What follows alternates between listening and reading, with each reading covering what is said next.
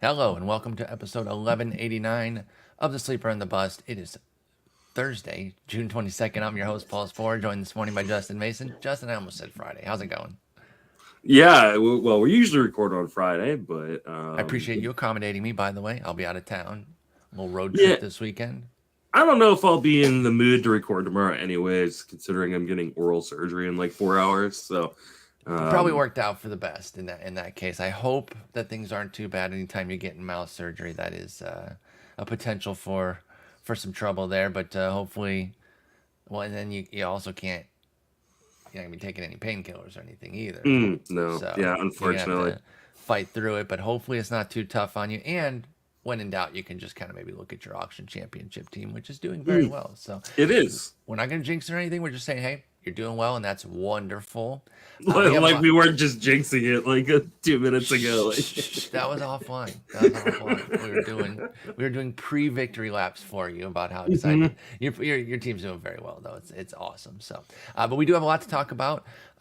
We got some news. We got some struggling aces to check in on, man, and there's some big questions here, at least about sitting, Justin. I doubt you're gonna be cutting any of the four that we're gonna talk about, but man, I don't know how you're starting them, and you got some tough two-start decisions with those guys. We'll get into those. A couple rookie gems popped off yesterday. Want to see where you're at with them. We'll do another three up, three down. And with the weekend, with the week 13 two starts, I highlighted a group of 8 that I want to go over, actually 9, including a guy that you get another chance at.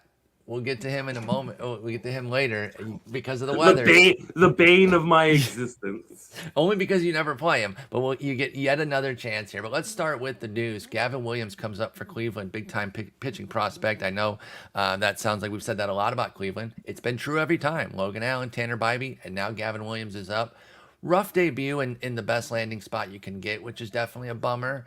Do you think Gavin Williams is relatively modest output against Oakland? 4 runs, 4 strikeouts, 3 walks, and 5 2/3. No win, despite them winning the game late. Do you think that will tamp down the Gavin Williams bids this weekend? No, I mean, if people are smart, they'll still spend a lot of money because I mean, this is I think the top pitching prospect left. Yeah, I Um, think a lot of people that have a lot of money, there's a good chance that a decent group of them were waiting for Gavin Williams. Like I know that there were specific people in our community that we talk to regularly that say, "Oh yeah, I've got, you know, 250 plus earmarked for Gavin Williams." Do you think he's worth that kind of big time bid? I mean, put aside the start yesterday, we don't have to overreact to one start even against Oakland. Do you think Gavin Williams is worth that kind of premier money? And the Guardians are going to commit to the 3 rookies the rest of the way. um, I think he could be. It's always hard to tell. You know, I mean, one of the things that we've seen a little bit from him this year in AAA is some struggle with walks, and we saw that, you know, a little bit yesterday as well. But we also know there's a ton of upside here. He pitches on a team that they should be good. They haven't been as good as we've kind of expected them to be, but The pitching's been good. Well, yeah, actually, and the interestingly hitting's starting to enough, turn around. yeah, the hitting is getting better. It's actually been. I'm kind of surprised at some of their starter ranks. They're not as good as I would have thought with their starters as far as like ERA, WHIP, and the strikeouts, walks, hit rates. The bullpen's actually been better, but Bybee definitely has come up and panned out. Let me ask you this, and then Allen has too. How much do you think their success influences the confidence folks might have in Gavin Williams? Do you think people are just assessing him on his own, or do you think that the previous success of some of these guys makes people say, you know what, I'm going to give Gavin Williams an extra go because I'm really believing in what Cleveland can do?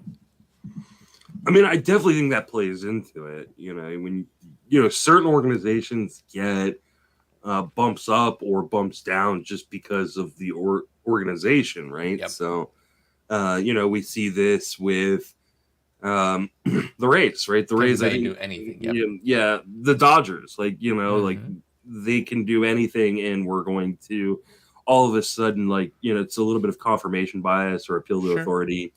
And it's But probably unfair, but at the same time, like the eh, track record is so yeah, good.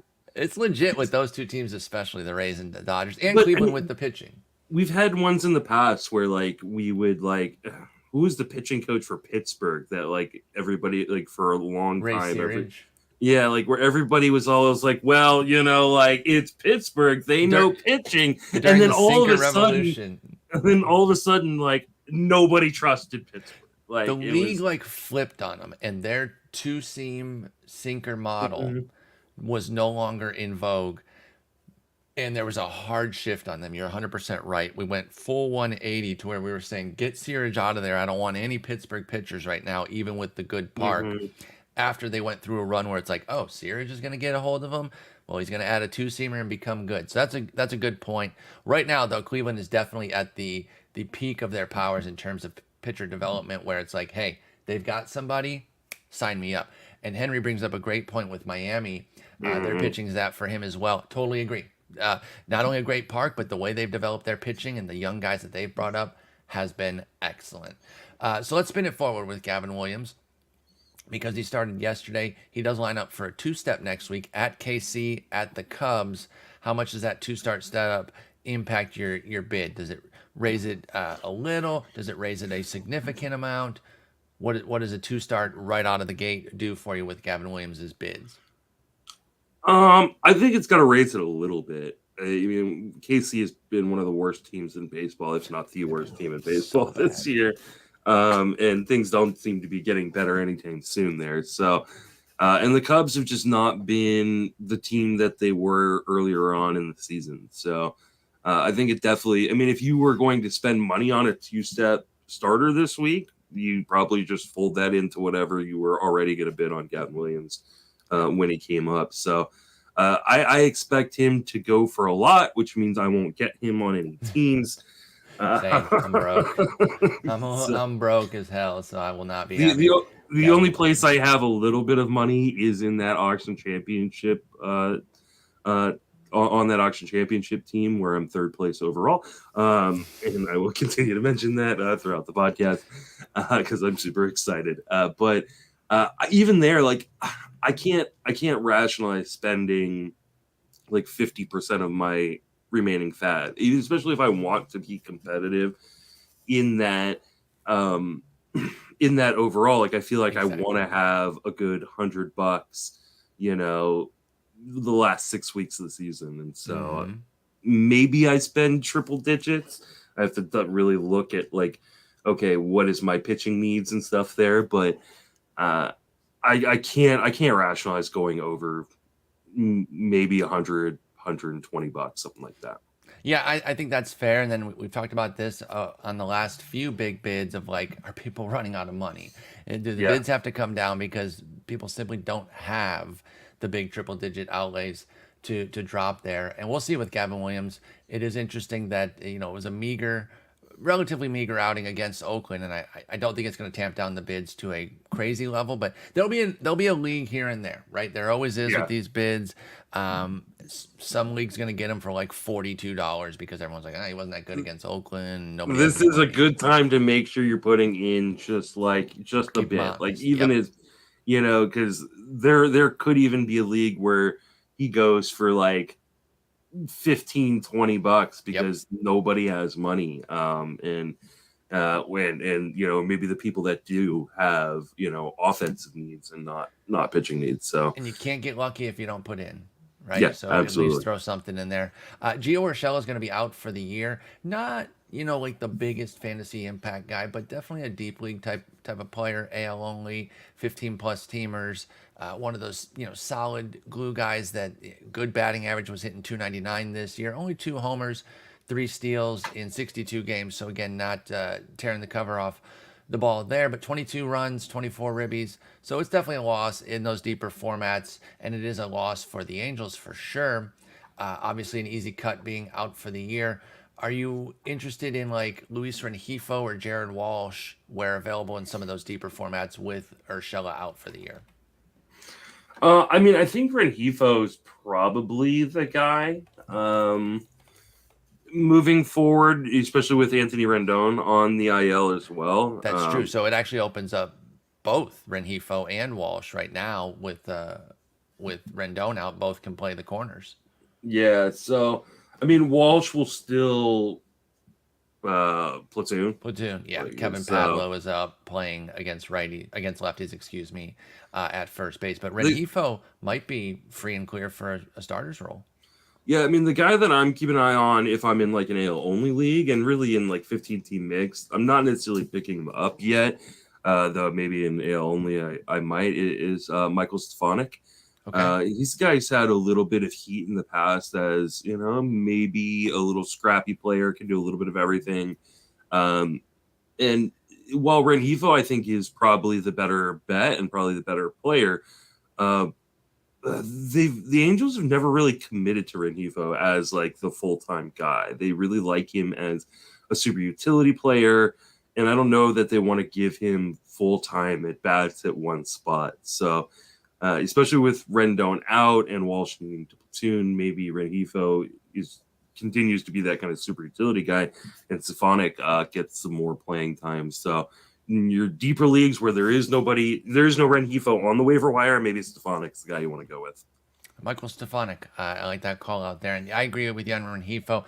They've never really fully committed to him except in down the stretch last year when they had to because of injury. And literally nobody left. Yeah, he was pretty good during that, but you're still looking at a sub 300 OBP that season, 294 last year, and that's where Rengifo's at this year too, but only with a 209 average and a 299 slug, whereas he hit 264 with a 429 slug last year. So Urshela easy cut, Rengifo, Walsh, Stefanik in leagues of a particular depth. Kenta Maeda is going to be back on Friday. Louie Varland optioned out. I think there's a world where Louie Varland could have saved his job with some strong success, but it just wasn't there. I've been kind of comparing him to like an early Bailey Ober situation where the skills are there, but the home runs are too much. And that's exactly what happened. 2.3 home run rate, saddled him with a 5.30 ERA. So I totally get it. I do like Varland. I think we should be interested if there's another opening, and there will be at some point this year because that's just the nature of pitching. But that rotation is injury prone as hell. Exactly, it's a great rotation, but all of them have had issues across. Well, except for I don't think Joe Ryan has had. But everybody else has had. Maeda, Lopez, Ober, Gray, they've all had. So keep Varland in your mind. I do think he's a cut pretty much everywhere except maybe like an AL only if you can hold a reserve.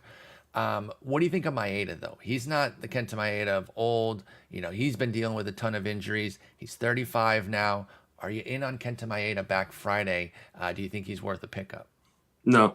I mean, I do anything to get on your radar for that, then? What could he do Friday that would be like, oh, I'm interested? If he pitches actual innings, like he goes 5+, and their strikeouts, and he isn't walking a bunch of people, then I'll be interested, especially in 15-team mixed where there's nobody on the waiver wire. There's just nobody. Outside of prospect of the week, it's usually that and then trash. Yeah, I can't remember if I was talking about it here, talking about it on Friends Fantasy Benefits, but I was seriously debating do I just hold on to Trevor Williams for another week, which I had. He pitched well, but there's just not a lot there. I just don't trust Kenta Maeda to stay healthy. Yeah, so I think that's the fairest take. It's really difficult to trust him. He's 98% at the main event, which kind of surprised me. I wasn't sure he'd be quite that high. So rostered pretty heavily. Well, it goes to the point you just made. Yeah. The point you just made. There's nobody available. Might as well stash Kenta Maeda. Am I stashing Kenta Maeda or am I picking up Patrick Corbin this week? Exactly. No, that's a good call. That's a good call. So going back to Varland though, real quick. Yes, go ahead. I would like to say that I was right, but I also want to say that I don't know that I am dropping him yet. We've seen Kenta Maeda come back from the IL and then get injured right away. And so I think I would wait at least a week before dropping Varland. If you were a believer, you should still be a believer. Nothing has really changed in the profile. My biggest issue with, I think, some of the hype around him is everybody got really excited over the velo boost because the stuff is really good with that added velo. The problem is he hasn't been able to command it. And this is something I don't think we talk about in terms of fantasy because we all get really excited when someone adds velocity. But when a guy adds velocity and then can't command his pitches, that becomes a real problem. I hope he figures it out because, like you've mentioned, the stuff is really good.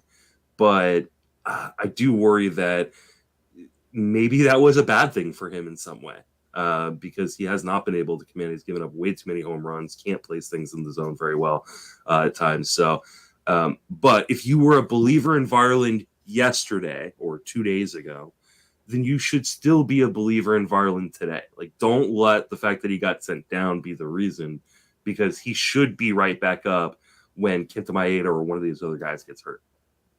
Yeah, I think that's a good call there.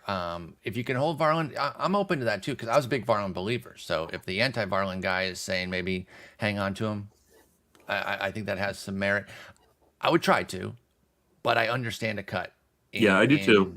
Mixed leagues where you need the spot. We talk about NFBC a lot with limited reserves, no ILs. Of course, he's not going on the IL; he's going to the minors. So if you don't have that NA spot that I think like Yahoo uses that could be used for a minor leaguer, you might have to cut Varland. I hear you on maybe try to hold. It could be also an interesting spot for people that where he is cut, because Varland will be cut in a lot of spots, to then jump on Varland next week for their stash if you need pitching, because I do think he can definitely be better than this. Just got to reel in the homers, which is easier said than done. Admittedly. Look, I brought up my auction championship, which is in third place overall, free agency list. Only to kind of check like how much fab other teams have in that league. But let's do a would you rather with pitchers that are still available in that league versus Varland. So Varland versus Tyler Anderson. Would you stash? Varland. Yeah. Okay. So would you rather have stash Varland or pick up Wade Miley? I'd probably pick up Wade Miley in that case. Yeah, I think that's right. I kind of have some like for him. I mean, he gets Cleveland tomorrow. If you're in a daily leagues, you could pick him up for Cleveland tomorrow, and then the Mets next weekend in City, which I don't hate. But I mean, here's where you start getting to the like guys where it's like I don't think it's that much of a question. Like Varland or Zach Greinke, Varland or Kyle Freeland, Varland or Tommy Henry, Varley or you're dead right. Ryan Nelson. Like those are all Varland. If you're in a 15-team mix and like your waiver wire is as sparse as like it is for a lot of us, then you might as well just hold on to a guy like Varland as opposed to let him go. If you're in a 10 or 12 team, you drop him. You can move him, but I think it's a great call out in 15s and better and deeper, rather, not better. Hold Varland where you can, unless there's that gem. Gavin Williams, of course, would be a perfectly fine cut there. But other than that, I agree. Try to hold Varland. Does have upside and get some home run favorability in the summer. He could be a nice guy because there will be an opening. Nathan Eovaldi. Velo was down 2 miles an hour last time out. And that's going to be worrisome for anybody. In fact, that's about the 1.5 to 2 miles is where you really start to care. If you see a guy down a mile in a start, that doesn't really move the needle. You start to get in, like I said, that upper 1 point something into 2 miles an hour. That is when we start to say, hey, what's going on here? Now, it's one start. It can be a blip. The history with Eovaldi, is such that the first sign of trouble is worrisome. He still put up 6 innings, 4 runs, which is not a great outing or even a quality start, but it's not a nightmare either. How concerned are you with Eovaldi having a modest start, but also, more importantly, the velo dip? I mean, you have to be concerned because what makes him so good is that velocity. And he has been one of the most injured pitchers over the course of the last 5-6 years. And often, like his you entire mentioned, career. Yeah, his whole career. And often, like the big warning sign, like you said, is like this huge velocity drop. We've already seen him have one of these though this year, and everybody freaked out. And there were articles saying you should sell him. I wrote one of them. I know that's why there were articles. Be patient for another start. Like don't I don't think you like run out and try to sell him right now because he's been like a top 10 pitcher in fantasy this year. He's been excellent, Evaldi. I mean, unless you're getting that kind of price return, like for I doubt you would like, right now, though, right? Yeah. Like, well, I think you might, like in a lot of leagues where people aren't paying attention to that kind of thing, you know.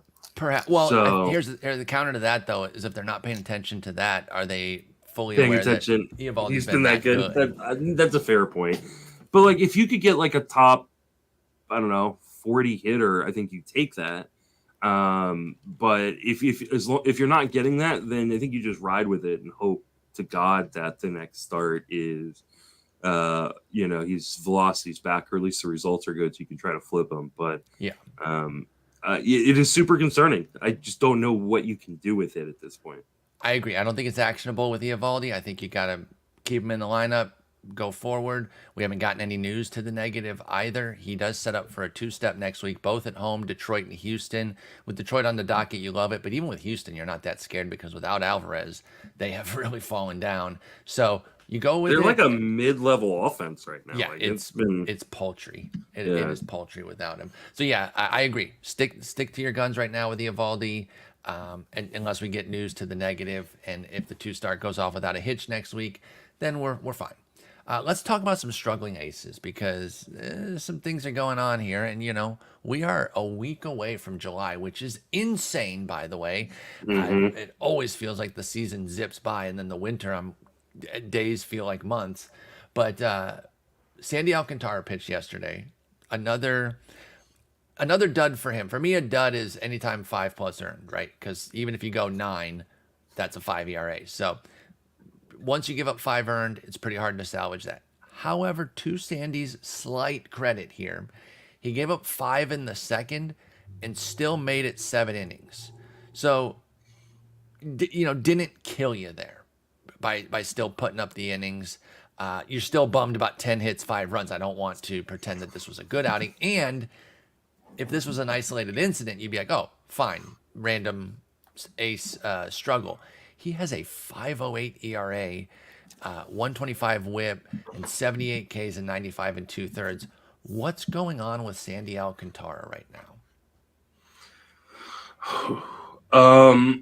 I had maintained, like, up until yesterday that he was just getting unlucky. That there was some poor use. That I knew that there was going to be regression. I think we talked about this prior to the start of the season. The infield defense is bad. I think moving Jazz Chisholm out of the infield was a poor decision for them, and it ended up being a really poor decision because he got hurt in the outfield. He could have gotten hurt at second, though. He got hurt at second a bunch, too. Sure, but he was a pretty good up-the-middle defender, and they now don't have any of those. Arise and Wendell is their keystone combo. And we keyed in on Wendell being like a very problematic shortstop there. And there's a reason why Luis Arise has been a super utility type player in the past, because he's not great defensively at any position. He's bad. Yeah. And then you add in the fact that they're the tightening of the shift rules. There's less shifting or less extreme shifting going on. And as an extreme ground ball guy, that's a problem. That being said, for the most part, I was like, he's going to turn around. He's going to turn around. Watching the start yesterday, and we texted in our group chat with you, me, Jason, and Eno, kind of during it. And I think there's something actually wrong. And I don't know if it's just the amount of innings he's pitched over the course of the last few years starting to catch up with him a little bit, or if there's an injury there.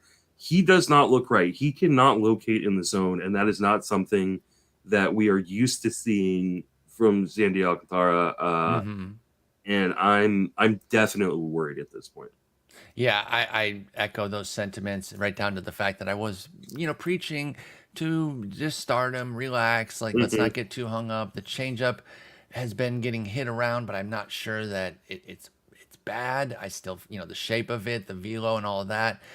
Is it just BABIP issues, which would go back to that defense? BABIP is up 31 points, by the way, on the season. And it's trouble. I mean, it's not going well right now with Alcantara. I'm still, I will admit, nowhere near a cut, even in like a 10-teamer right now. But I do wonder if there's a sit potentially in order. And I know we talk about our, if you can't start him in a two-step, do you have to cut? Doesn't apply universally. I would still keep Sandy Alcantara here, but I wonder if you're down for an at Boston, at Atlanta next week. Where are you starting that with Alcantara, if anywhere? I completely understand not starting him. In any mixed league? Yeah.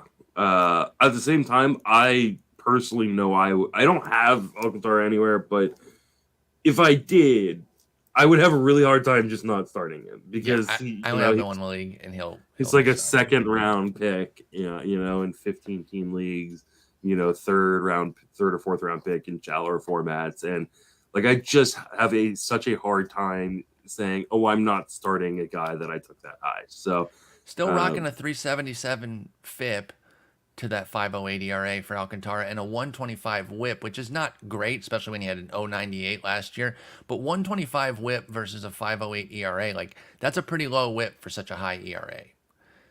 And so it seems like, there still seems like there's a path forward with Alcantara here. But it's like, when is it going to change? I'm not super worried about like the past work. I'm more worried about what we saw in this last game, which is just a guy who is way more hittable than we expect him to be. Back-to-back 10-hit games, in fact. And the Nats did the other one. Now, the Nats, that we talked about all year, how they don't strike out. So that was actually a pretty ugly matchup for where Alcantara is right now, because they just, dinked and doinked 10 hits through on him with just 1K. He did get 6 Ks against Toronto with the 10 hits, but both were 5 earned run outings, and that's just, three out of his last 4 for Alcantara are 5 earned runs, which includes Washington and Oakland. Like, that's just so rough with Alcantara right now. So, again, the hard part, getting back to, like, should you start him? Like, the 5 strikeout per 9.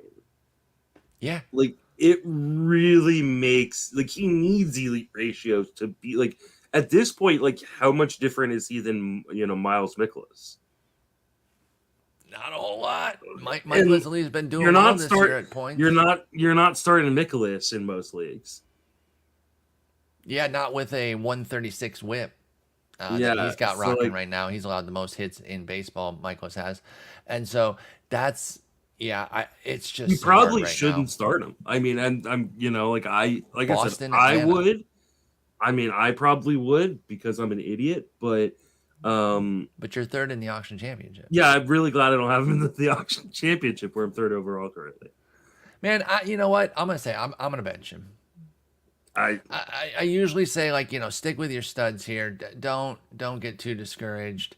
But I always say, I like to give, month and a half for, mid rounders, 2+ months for the early rounders. And again, not cutting Sandy Alcantara.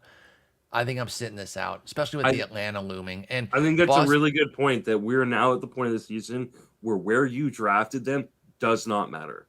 You should be starting your best team. You should be keeping the best players on your roster. Yep. So are you anywhere near cutting Alcantara? Would you cut him in a 10? I don't think I could. Okay. I don't. We're in lockstep there then. What about Cristian Javier? His quote unquote struggles have been a little bit more under the radar. First off, they're not like blindingly bad struggles like Alcantara where it just sticks out. In fact, you can make a case that it's not even struggling that much for Javier because he has a 3.25 ERA and a 1.12 whip. Why is he even on this list, Paul? Well, how about a 10-point drop in strikeout rate from 33% to 23%? And this guy was taken as a full-blown ace. And so, the ratios aren't bad. And despite Houston's issues with offense, he still has 7 wins in 15 starts for Javier. So that's good. But then you kind of narrow the focus to a more recent period with Javier.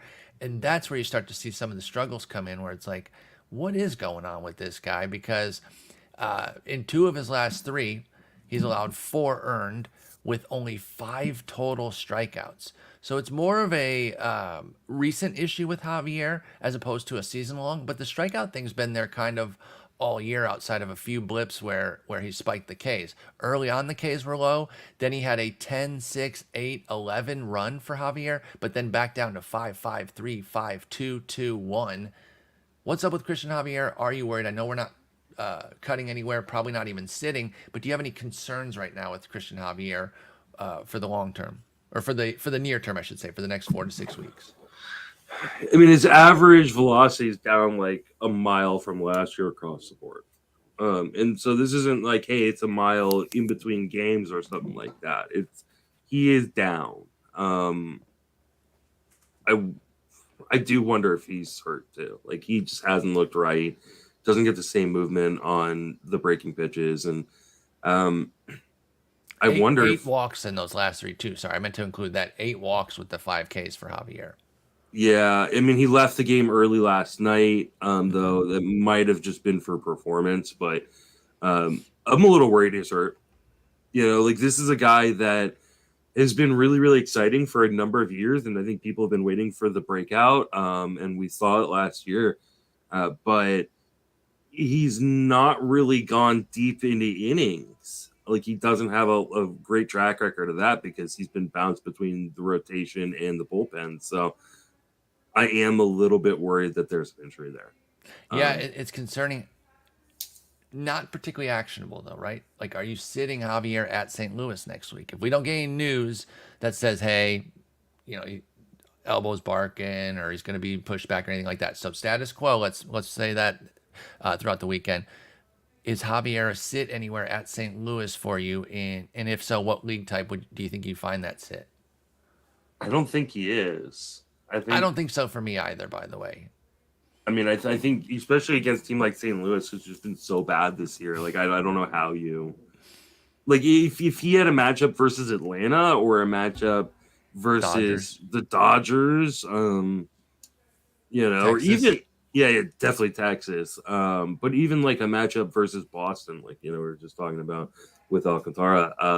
Like, I think you can make like the excuse, like, oh, okay, yeah, I shouldn't start him because, like, he hasn't looked good recently, and it's a tough matchup. But you need a matchup versus the Cardinals, and I feel like you have to roll with it. It's in Busch too, so I think you got to roll with that. The funny thing is, by the way, we're talking about these 3 starts with Javier. The one in between was against Washington, where he threw 6 scoreless, 5 hits, but only 2 Ks. Again, that's part Washington, but part Javier's issues right now. So between, if I was ranking these in order of concern, Javier would have easily been the lowest because we're going to talk about 2 more guys. But I did want to bring him up because of yesterday's start, paired with the fact that he's only had 5 Ks combined in the last 3 starts. So he's definitely going to be the lowest concern level of these 4 guys for me. I imagine for you, but let's get into our next guy here, Darvish.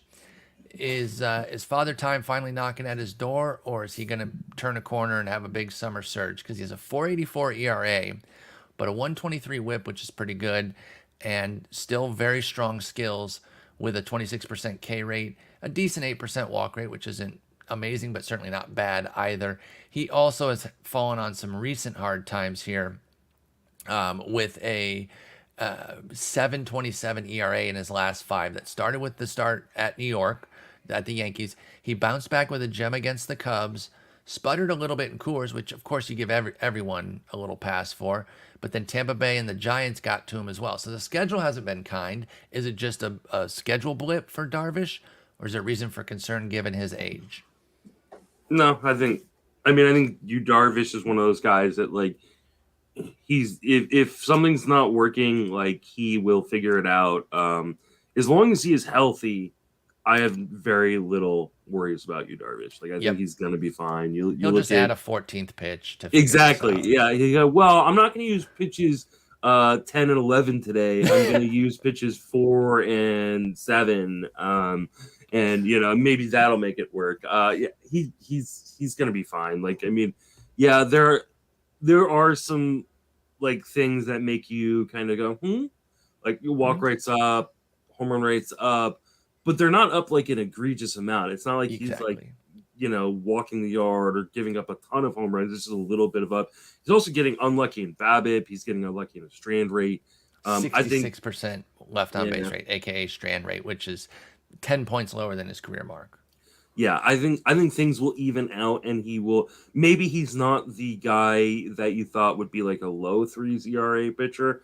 But I mean, how many guys are like that? I mean, everybody's ERA and stuff went up this year. So he's probably a mid 3s rest of the way. I think this is a buy low. I think if I you're was just looking about to to say, buy you're low, gonna seek him out in a trade league. yeah, I think Darvish. I think this is a guy that I would actively, try and try to go after, because I think you can get a little discount too. Nothing crazy. Like you're not going to get him for, I don't know, somebody you picked up off of waivers that's hitting well or something.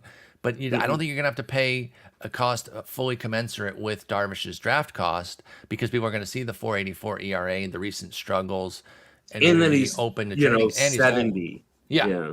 Yeah, exactly. So definitely in on him. I I co-sign still everything you said with wonder why Darvish. the hell the Padres signed him to a long deal, but I love Darvish. That just seems egregious to sign a guy at 36 to that long. But hey, good on him getting his money. I adore Darvish. He absolutely. deserves every I nickel mean, he it gets. feels like they want to make him a legacy player, but like, are people really going to think of the Padres when they think of you, Darvish? I still think 20 of years from now. Texas. Yeah, I do too. He's been multiple spots, but I'm just like, oh yeah, Texas Ranger. He's All right, going to be one of those guys where, like, like the whole, like, hey, remember when, I don't know, Vlad Guerrero Sr. was an Oriole. Oriole. Yeah, exactly. So it's gonna be Dodger and Cub are the two teams that people aren't gonna remember for Darvish. He was a Dodger. Yeah, he got traded for 1/2 season, and then Cubs, even though he had 3 years there, one of them was the pandemic season, and the other was 2018 when he only pitched 40 innings. So he only has the one full season with the Cubs. So I was telling you about that game, Immaculate Grid. That's one I time can't when wait there's to play as soon as we're done. when there's gonna be a Dodgers Cubs square, you got to put Darvish in there because that'll if you're be watching, a low pick. If you're watching on YouTube and you see me look down every once in a while, it's because I'm studying the grid to try to figure out, like I want to like go with, a home run a World Series champion that's Boston, but I'm trying to think of the most. I've got the like ultimate. obscure. I'm not gonna say one. it. I've got the ultimate. I can't wait. I can't wait to pull that one. I'll tell you after the pod, but ImmaculateGrid.com, it's an awesome game, and they just added this thing where you can see the percentage rate of your picks, and now everyone's trying to go for lowest number and the most obscure player possible, but you only have 9 guesses to get the 9 answers. So if you go too obscure and you miss, you've lost, because the only way that anybody cares what you did is if you fill in all 9 boxes. I don't care if you got 4 of the most obscure guys ever. If you didn't fill in the other 5 boxes, don't send me your grid. I don't want to see it. Let's talk one more struggling ace here. His best pitcher in the universe, so there's nothing to talk about, but Justin Verlander. He's pretty much a god. Let's move on. Talking about some rookie. No, I'm just kidding. We do have to talk a bit about Verlander. The 40-year-old looks a little mortal. 4.50 ERA, 121 WHIP. That's not killing you, but he was a premium coming off a Cy Young season, of course. Despite being age 40, going over to the Mets, people are like, hey, you got to pay for him this year. Only a couple wins in his 9 starts. Obviously, everyone knows how I feel about Verlander. I'm so in the tank for him. I'm going to have a hard time being like, oh, I can't stand him. I do have him on my main event team. I'm not sitting him anywhere or anything. I'm not even super concerned, especially because it's been like 4 bad starts, 5 gems. He really is kind of running a 1 up, 1 down sort of situation right now, which those patterns don't really hold, but they're funny when they develop. Any concerns about Verlander for you right now in any format? I mean, yes, but I don't know what you're doing about it. Like, I mean, he's unactionable concerns then. Yeah, like he's in his 40s. Like, and we saw red flags even with how amazingly he pitched last year. And I did not see any red flags. All green. He won the Cy Young. Thank you very much. Yeah, exactly. How's the NL Cy Young?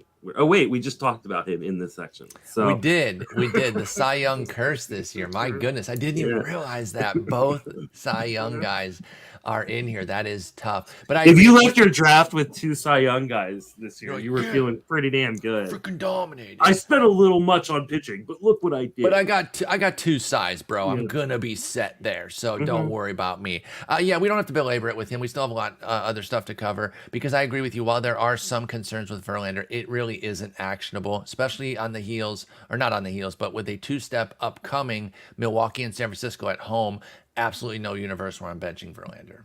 Yeah. All right, let's talk about a couple rookie gems from Wednesday night. Taj Bradley, first quality start of his career, I think. 6 innings, 1 run, 8 strikeouts on 3 hits and no walks against Baltimore. But he came up, looked pretty good, got sent out, struggled at the minors too. I remember there was concerns like, oh God, I spent on him in my main too. People are like, did we waste all this money on Taj Bradley? What is Tampa Bay doing to us? But might have been for the better because maybe they were setting it up to where, hey, have him in the minors for a little bit. That way, when we bring him back up, we can kind of turn him loose type of deal. I don't know. He had 133 innings last year, so there shouldn't be a major innings concern. He has 65 so far this year. I feel pretty good about Taj Bradley being there for the bulk of the rest of the year. I imagine a skip here and there, a 7-day rest in between, that sort of stuff will crop up. But where are you currently on Bradley with his near future outlook, the next 4 to 6 weeks? Do you feel like he's a set it and forget it type? Or are you playing matchups still? What's up with Taj Bradley coming off his best start of the year? Keep this pitch mix going. Like, don't throw the fastball so much and pitch a little backwards. I was pretty impressed by what I saw. We had a 40% CSW on his cutter, a 32% CSW on his curveball, a 46% CSW on the changeup. Mix those pitches in more and more. Don't be so reliant on your flat fastball. And I think we got something potentially elite here. There's always the chance that he goes back to being what he has been recently, which is a guy who's inconsistent and gets hit around a little bit. But this is a really, really intriguing start from a young guy that feels like he's going from a thrower to a pitcher, and that's what you want to see. Yep, and the last 3 starts for Taj Bradley, 15% swinging strike rate, really coming up and starting to flex some of his stuff. And he'd had good swinging strike rate games prior to that, but seeing the 3 with double digits, 12, 18, and 16% is really nice for Taj Bradley in addition to that nice quality start. It happens, kind of coincidental here, how many guys we're talking about that have a 2-step next week. I guess because a lot of them pitched yesterday, that puts them on track. Bradley is one of them as well, at Arizona, at Seattle. Easy start for me. And I do think, like I said earlier, good chance that he gets to the finish line without too much adjusting or massaging of the schedule. I think, maybe around the All-Star break, he gets a longer break or something like that. But you should be able to trust Bradley down the stretch here as long as he's pitching pretty well. What about Andrew Abbott with Cincinnati? Of course, they are the talk of the town right now, playing their asses off. But it's the hitting that's really garnering the attention, of course. But Abbott, he hadn't allowed an earned run. But we all knew, hey, that's great and all, but these skills are not what we thought this guy was going to be. So then he finally allows some runs. He allowed 3 solo shots, in fact, to Colorado, but has his best start, easily. Because all of a sudden you're talking about 10 strikeouts in the 6 innings of work. He's gone 6 innings in 3 of his 4 starts, 5 2/3 in the other. Too many walks in the first 3, 9 total walks, 0 here against Colorado. So we finally saw the big gem against Abbott. Is this the takeoff game, or is this just a solid outing from a volatile rookie? Where do you stand with Andrew Abbott after 4 starts in the majors? I'm still unsure. I haven't watched the entire game. I only got to watch the first couple of innings because I was working while the game was going on. So, and I saw him give up the 2 home runs. I was like, uh-oh. Oh boy, here we go. Is it Andrew Abbott regression game? But clearly he finished really, really strongly. And so that is super encouraging. I don't know. I think it's still Colorado on the road, though Colorado has been on the road for a week and a half. So, and it was in Cincy, so it's Coors Light, Mm-hmm. I made that up. No, I'm just Yeah. kidding. Obviously, I didn't. I've never heard that before. I kept calling it Coors Jr. when Coors Light was right there. I think it was Henry who came up with that, guy who commented earlier about Miami. So, yeah, with Abbott, you still have some concerns. I get that. I think that that's fair. I don't think we're out of the woods based on, beating up the Rockies or anything. I'm curious if you're attacking him you're going for the pickup in the shallow formats, because he's still only 67% at Yahoo. Like, there's availability in shallow leagues for Abbott. Are you going to pick him up right now? He doesn't have a two-step next week despite pitching yesterday. It looks like he's geared up for a trip to Baltimore only. So are you picking Abbott up in shallow formats? Yeah, I think you have to at this point. Like, I think he's I do think there are going to be struggles. I do worry about the command at times, but I mean, at this point, he should be rostered in every format. Like, if he's still available on your waiver wire, you should be grabbing him. I agree. You got to see what's up here with Abbott. He can be a game changer. There are concerns, but you got to kind of roll with it, see what's up. At least a team streamer right now. You don't have to use him for every start, but I would use him in Baltimore. That's no longer such a scary venue. They're a good team. I respect them as a club, but the park Camden used to scare the hell out of you no longer does that. Let's do a little 3 up, 3 down. Last 30 days, Jake McCarthy has 13 stolen bases. So, he's come back up and kind of done the thing that he was supposed to do. That was the number one part of his game that we thought he was going to have. And that does date back a little bit to April. But if you just look since the call-up, actually, no, all 13 are within the call-up range here. He has a 785 OPS in that time, a 300 average. What else? What do we think of Jake McCarthy now that he's come up and started stealing? Do we have some trust for Jake McCarthy now? I mean, I think so. I think he's also been a little bit lucky, but it's kind of making up for the atrocious luck he had earlier on in the season. And they have given him a clear green light. Like, he can steal whenever he wants. I think it was in yesterday's game because I was watching Gallen pitch. Like, there was a 3-0 count with 2 outs, and he fucking went. Like they are just letting it in a 0-0 ball game. Like, the 3-0 count, 2 outs. They just let him go. And so, like, I think he could just steal a crap ton of bases. And this is a really fun young team that is playing really, really well. I want a piece of that lineup right now. So, yeah, I mean, I can't imagine he's available in a ton of leagues, but if he is, like, he's a guy that I do believe in, at least to get you a bunch of steals rest of the way. I think the only concern I have is that team is so loaded that if he goes through another struggle, he could find himself odd man out, because Alec Thomas is back up. Yeah. Dom Fletcher did a little something when he first got there. Of course, Corbin Carroll has one of the spots. Gurriel has been really, really good this year. So, like, there is always the risk that at some point he loses playing time or even gets sent back down if he does struggle. But I think for right now, you're just rolling with him. Yeah, you worry about that if it happens with McCarthy, but because he has such high volume of steals, 13 in a 30-game span, actually it's 24 games if we're being technical, 90 plate appearances, that sort of volume is just too rich. It's like an Estuary Ruiz type of situation here. You really got to go for him. Totally agree with that. Brendan Donovan is hitting 323 with 4 homers, not 10. 4 homers, 2 steals, a 1-to-1 strikeout to walk, and currently a 10-game hitting streak. That's where I got the 10. That's in the last 30 days for Brendan Donovan. Do you feel better about him now? Should he be getting picked up in some 12s, maybe even some 10s, given his roster flexibility? Brendan it kind of depends on what you need. I love him because he's just eligible everywhere. Like, deeply God because of the eligibility for Brendan Donovan. Literally everywhere. First, second, third, short, outfield.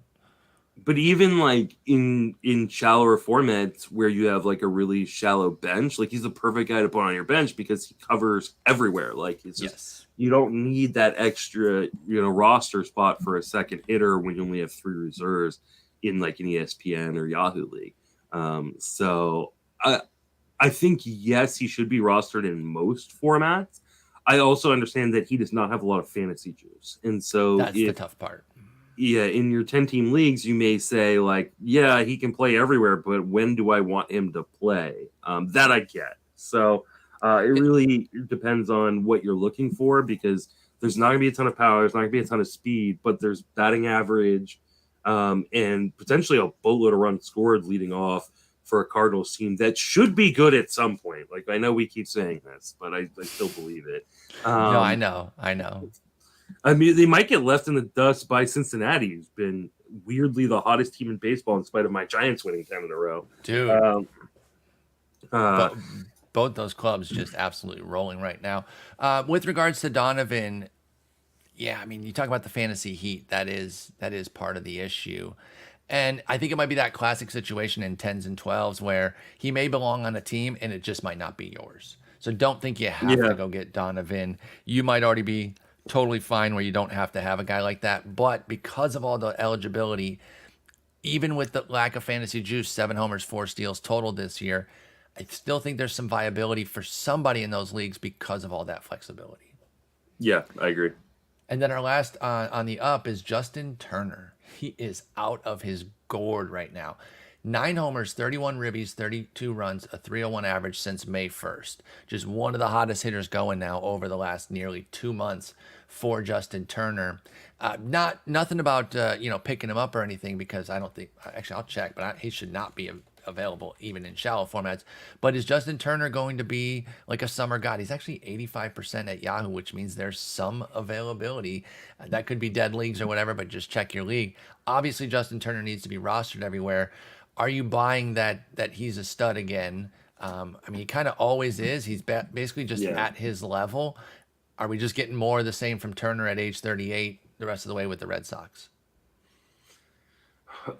I want to say yes. The only thing, and it's why I'm kind of stalling a little bit as I try to look up exactly where he's been playing. Playing 47 games at DH, the vast majority at DH.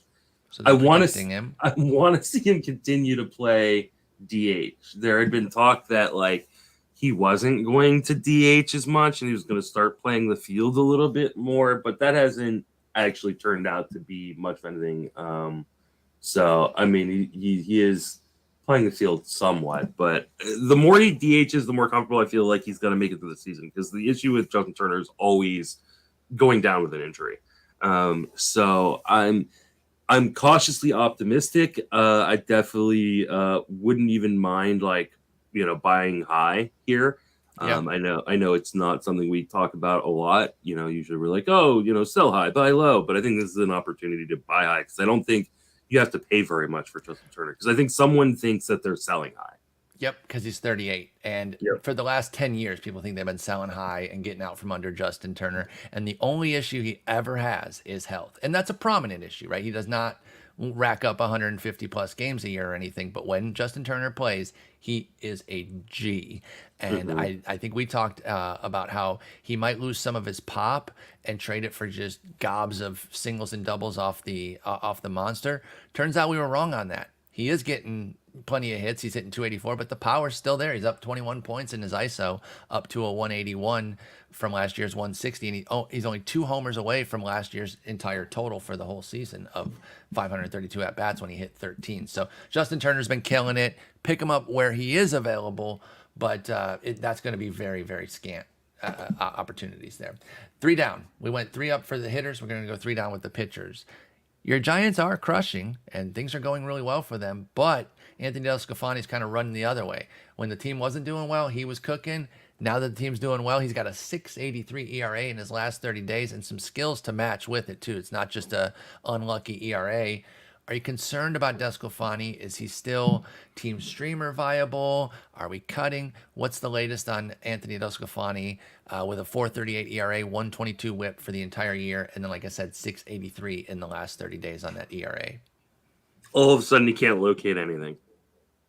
I don't trust him at all right now. He could turn it around. He's been a guy in the past that has. Excuse me. No problem. I'm crying over here because I'm so upset about Anthony DeSclafani. Tony Disco got you feeling some type of way.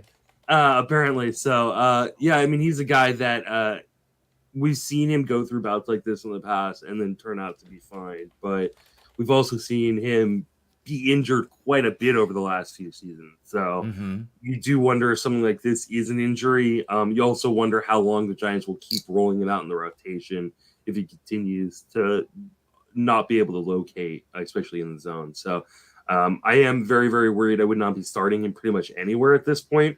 And I totally understand dropping him in the majority of formats if you can't afford to just hold a guy like this. Gets Arizona this weekend, and then the Mets next weekend, next weekend, next Saturday, with DeSclafani. You'd even cut in a 15? You think? I can make the argument. I think it's hard because we go back to that list of guys we were just talking about. Exactly. But because most of those guys, I would probably rather have DeSclafani. But like Wade Miley, yeah, I'm cutting him for Wade Miley. Yeah, I like Wade Miley. And by the way, DeSclafani is the 79th starter for the year, SP 79. Wade Miley, SP 75. So good name to throw out there. But I agree. I do think you can find a cut on DeSclafani in just about any format if the right guy is out there. And then maybe you revisit him down the line if he gets back on track. But things are just going very, very rough right now. It's a 10% strikeout minus walk during this run with a 166 whip. So really, really rough.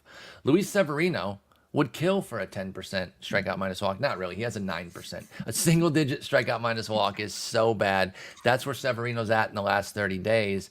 And we know that you talked about the history of injuries with DeSclafani. Well, Severino's right there. So how concerned are you with that? I mean, I'm always concerned because he's always injured.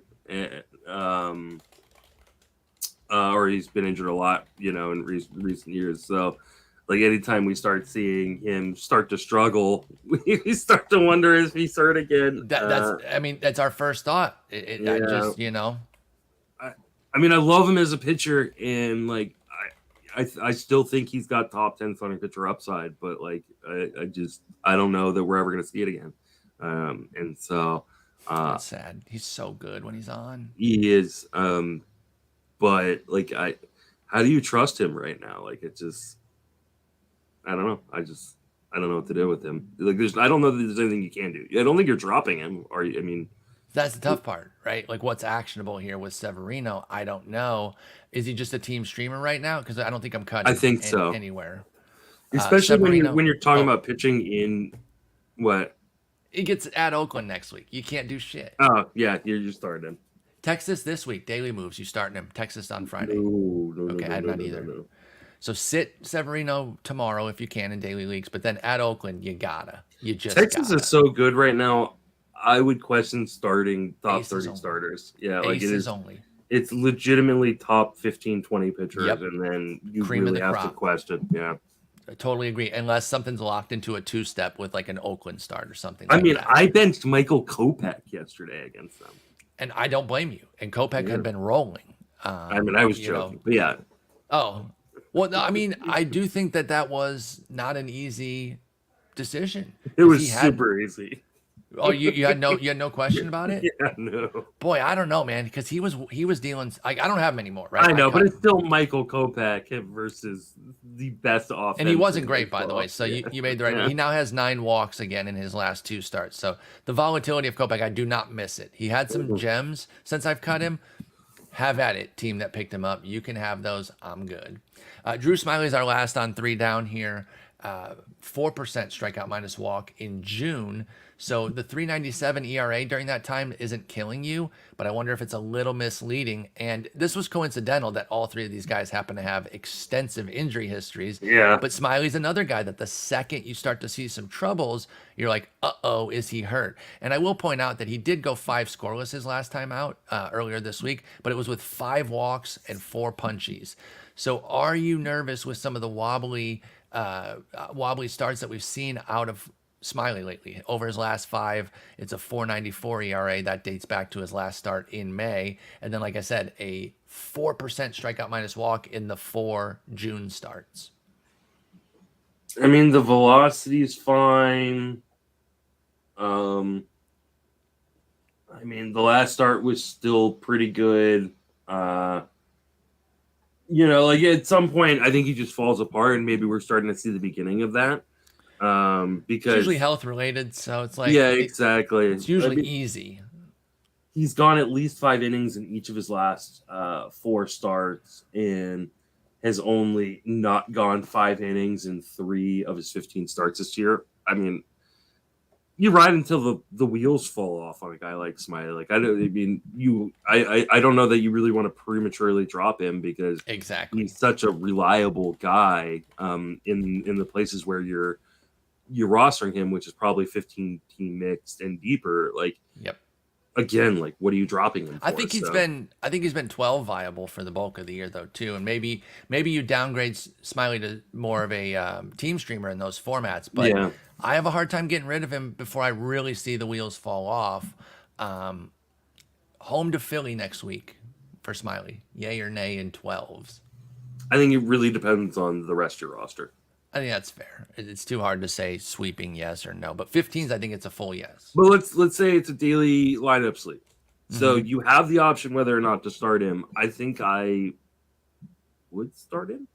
I'm leaning toward starting Smyly because, again, there are some struggles here, but I wonder if it's just a blip because he's not going shorter innings. You mentioned that he's still going 5+ in like every start except for 1 over his last 8. The 5 walks is a jump, but we haven't seen that consistently. And he only gave up 3 hits, so he's almost like traded some of the walks for hits because he'd been giving up too many hits in the previous starts. So all in all, I think he's kind of working through it. I'm still pretty confident in him. I just wanted to check in and see how you feel about Drew Smyly because he's been a really nice pickup this year. Just making sure you're still sticking with him. Let's talk some two-step guys next week. Now, we're not going through the whole list. I picked out a group of interesting ones here that I think would have some pickup potential across the many formats, and you tell me where you're picking them up. Obviously, some guys aren't going to be available in certain formats, particularly this guy right here, Tyler Wells, we're going to start with. He gets Cincy and Minnesota at home. He's 84% rostered at Yahoo, 100% at the NFBC. So we're talking 10-teamers with Tyler Wells. We know his primary issue is homers. So a pair of home starts certainly encourages me because of the way Baltimore's park plays now. Are you in on Tyler Wells for shallower formats? Yeah, I think so. I mean, the home runs are a little bit troubling, but he does such a good job of not leaving men on, or not letting men get on base via the free pass that 6% walk. Yeah, I think he's fine. And like he's given up quite a few less home runs at home. So in spite of Cincinnati being like the hottest team, it scares me. Baseball, but I'm rocking with him. I think if this was in Great American Ballpark, I'd probably be saying no. But I think so too. It's in Baltimore, where he's only given up 7 home runs in 50 innings versus the 11 he's given up in 36 on the road. I think when he's home, he's kind of a must start at this point. Tend to agree. Tyler Wells at home, you really love it. That park change has fit him beautifully because his biggest issue is homers. Everything else looks really good. If he could tamp down those homers, and he's showing that classic control versus command. He can put it in the zone. If he had better command in the zone, I do think Tyler Wells would be even better. But as it stands, easy start in 15s. I'm starting him this week in 12s and 10s as well. Garrett Whitlock, Miami and at Toronto, more available than I would have thought, especially because he's been pitching better of late, 40% rostered at Yahoo. So this is a 12s and lower because he is fully rostered in the 15-team format for the most part. Garrett Whitlock, Miami and at Toronto, how's that suiting you? Yeah, I mean, I think Whitlock is going to be moving closer and closer to a must start every week. I Definitely agree there. I think the stuff is just too good. I know that the results haven't necessarily been that of a guy who's a budding ace, but I think he's a budding ace. Yeah, his stuff is nasty. Couldn't agree with you more. Ks are going up 6-7-6 the last 3, 6 1/3, 7-7 are the innings counts the last 3 with a couple wins thrown in there. Definitely like him. Think he should be well higher than 40%. If Tyler Wells is 84% at Yahoo, Garrett Whitlock being 40 is criminal. And that's nothing against Tyler Wells, but I do think Garrett Whitlock is better. So that needs to get moved up. Michael Kopech, you brought him up, and here he is now with a 2-step setup next week at the Angels and at the Angels and at Oakland. So it's a West Coast swing. He's 68% rostered at Yahoo, so has 12 and lower availability. Oakland you love. Is it good enough to outweigh the trip to the Angels? Ooh. Because that is always scary. Like, I don't want to pick and choose like what starts we count and what starts we don't. But It does make your points easier to make. It does make my points easier. Since the first start of the season, which we were, podcasting live during the Michael Kopech start. You can find that. So I'm just cutting off the first start of the season. He's got a 3.49 ERA, a 1.23 WHIP, 10 strikeouts per 9 in 77 and a third innings. Like, he has been pretty darn good most of the season. He gave up 5 homers in that game. Yeah. So, like, you just cut that one game off because clearly God hates it when I watch my guys pitch against your own team. Against my own team. Clearly the best team in baseball. Very clearly. I got in a lot of trouble for the things that I said on the last podcast. You said some things. So I'm sorry, and I would like to sleep in my own bed tonight. I think I am starting him. I know the last 2 starts have got some major red flags, so I understand. Like, if you're in a daily lineups league, try to avoid the Angels start. If you're in a daily lineups league, do not start Michael Kopech against the Angels. There's in a weekly league, I'm not turning down a 2 start that includes Oakland. I'm just same here. As much as I am concerned with the 9 walks and the ups and downs that Kopech's had, you got to take on the Angels to get the A's. Yeah, I'm with that. Jaime Barria could be his opponent in that first one, because Barria gets the White Sox and Arizona both at home. We spoke favorably of him a few weeks back. It's rare to even get a 2-step with the Angels. You have to be on the Monday start of a 7-game week when they're running their 6-man, and that's exactly what we've got here with Barria.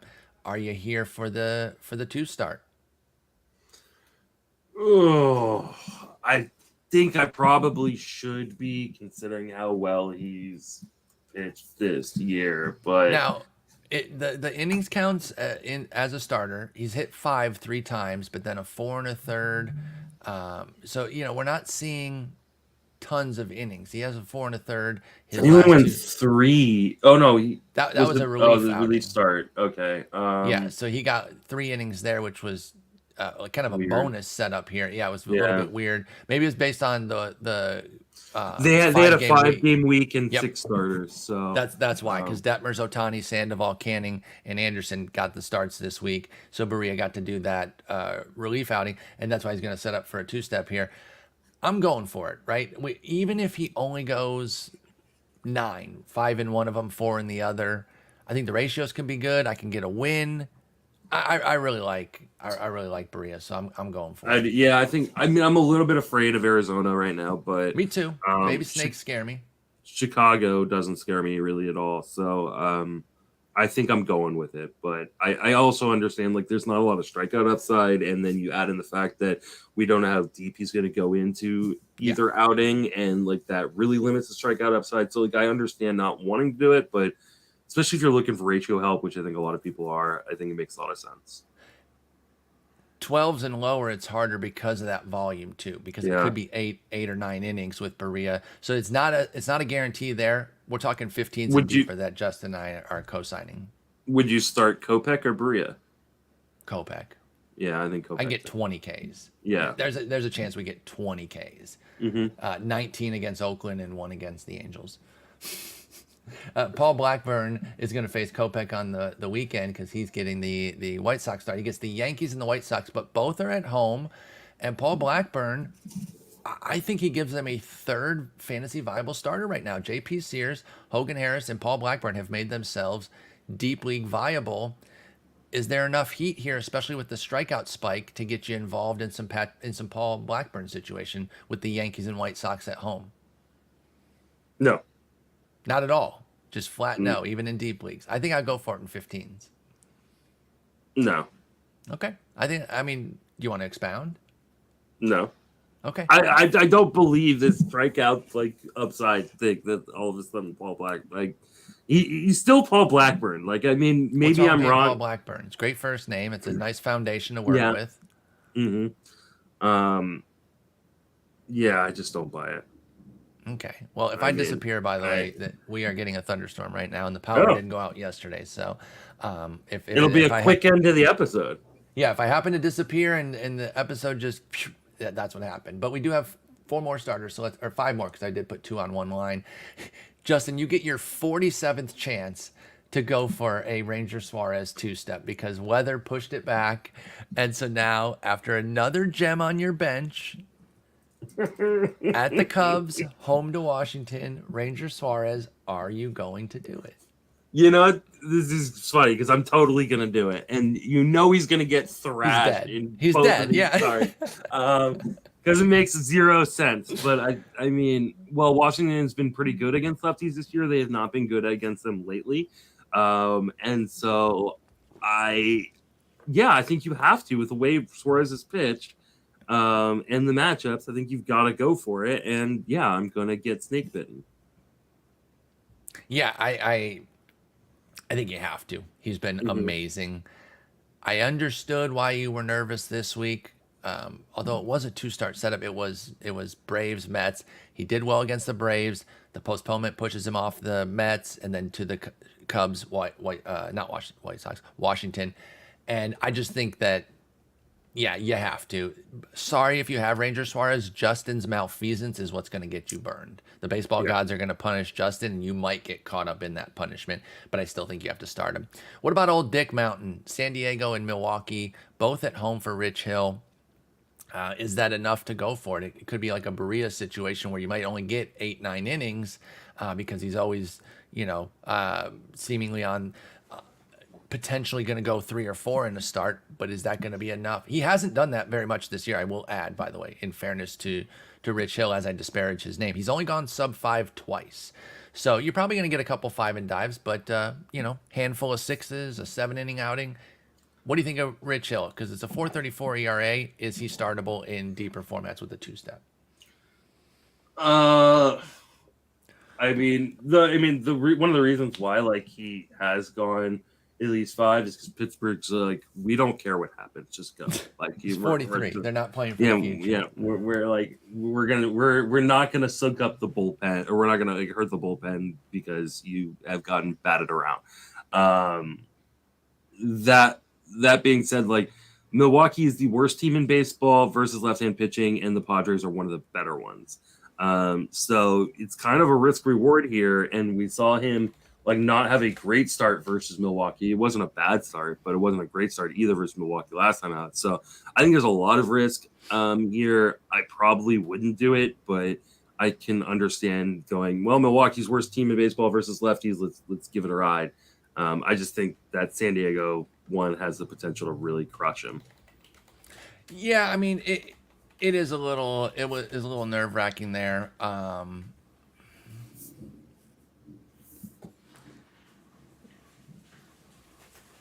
Hang on one second.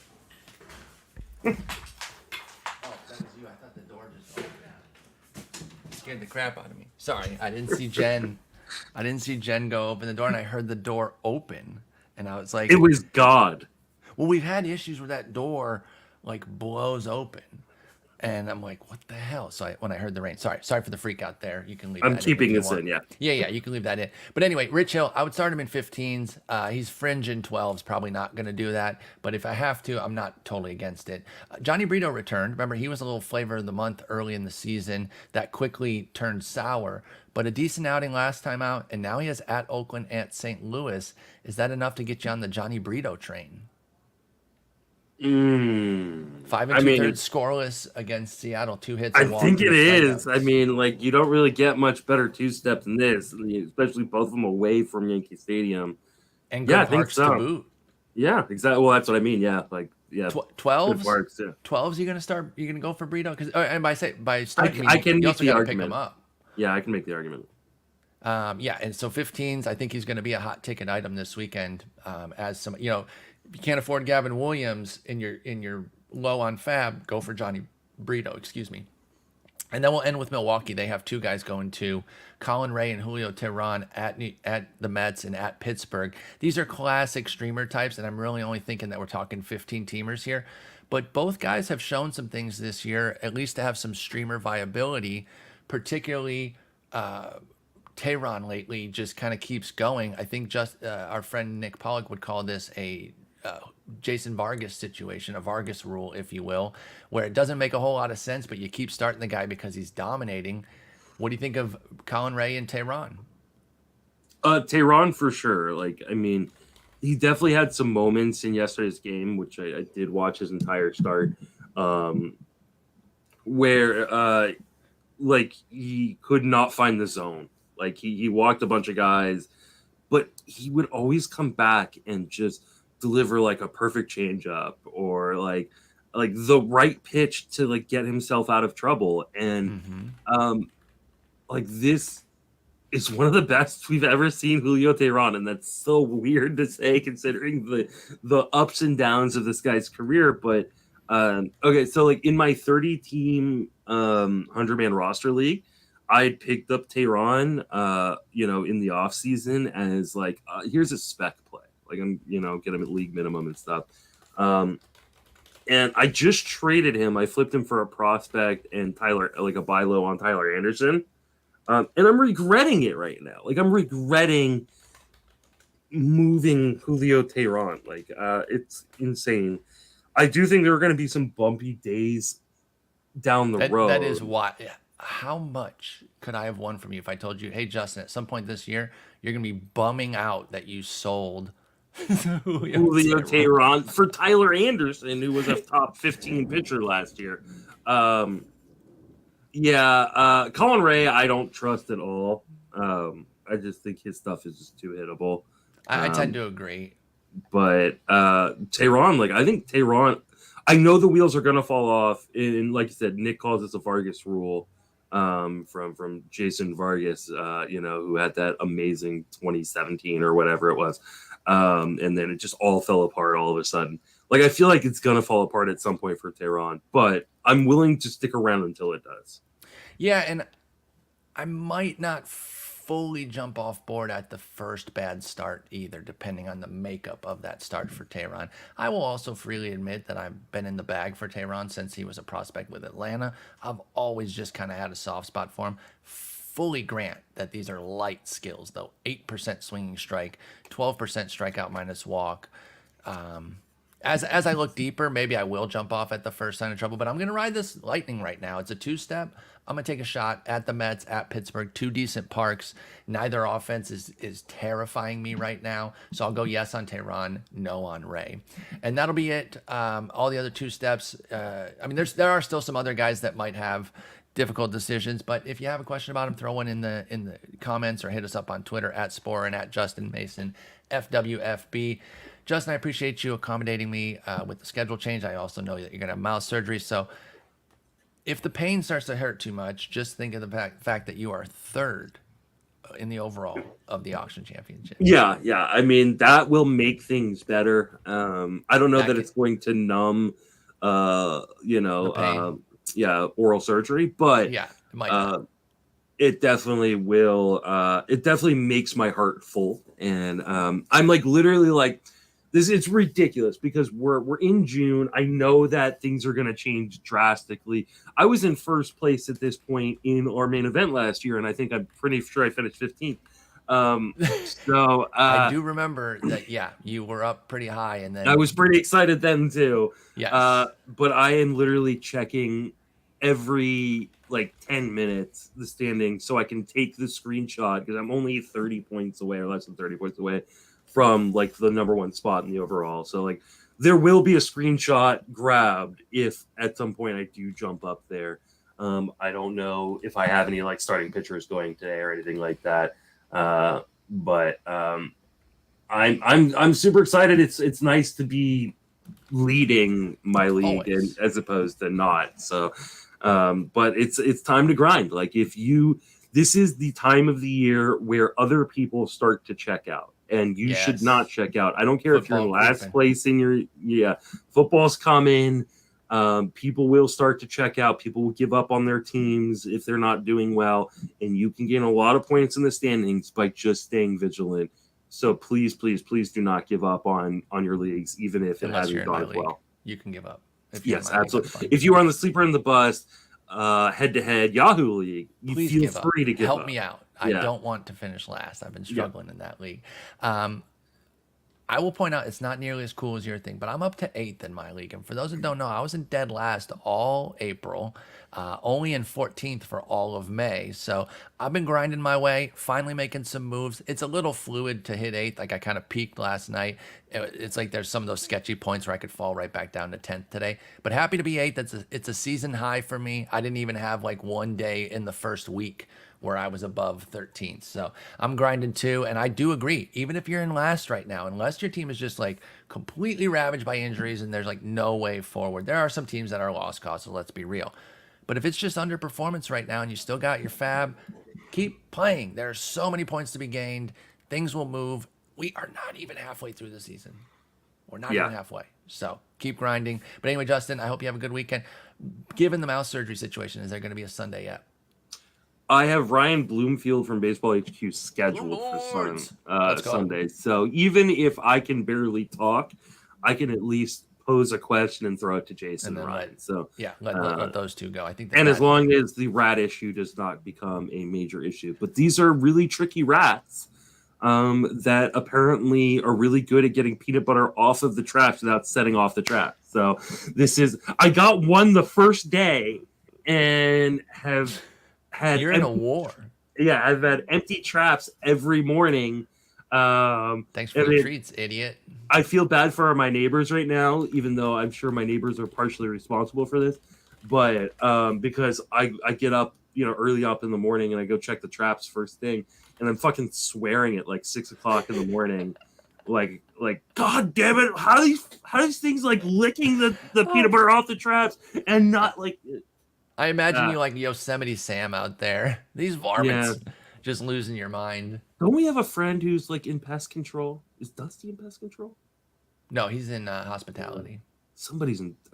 If you're in pest control and you have some good advice for me to get rid of these goddamn rats, I'd say call the A's, but they didn't get it figured out either with the possum in there. No, they just moved to Vegas. Is that what I have to do? Oh yeah, you just got to move to Vegas. Yeah, I mean, I don't know if Danielle and the kids are going to want to go to Vegas with me, but like snakes maybe and scorpion. You got other things to deal with there. No. We don't want any of that. Anyway, I hope you have a great weekend. Good luck with the mouse surgery. That's always a pain in the ass. But and good luck in your auction championship. Talk to you on Monday. Take it easy.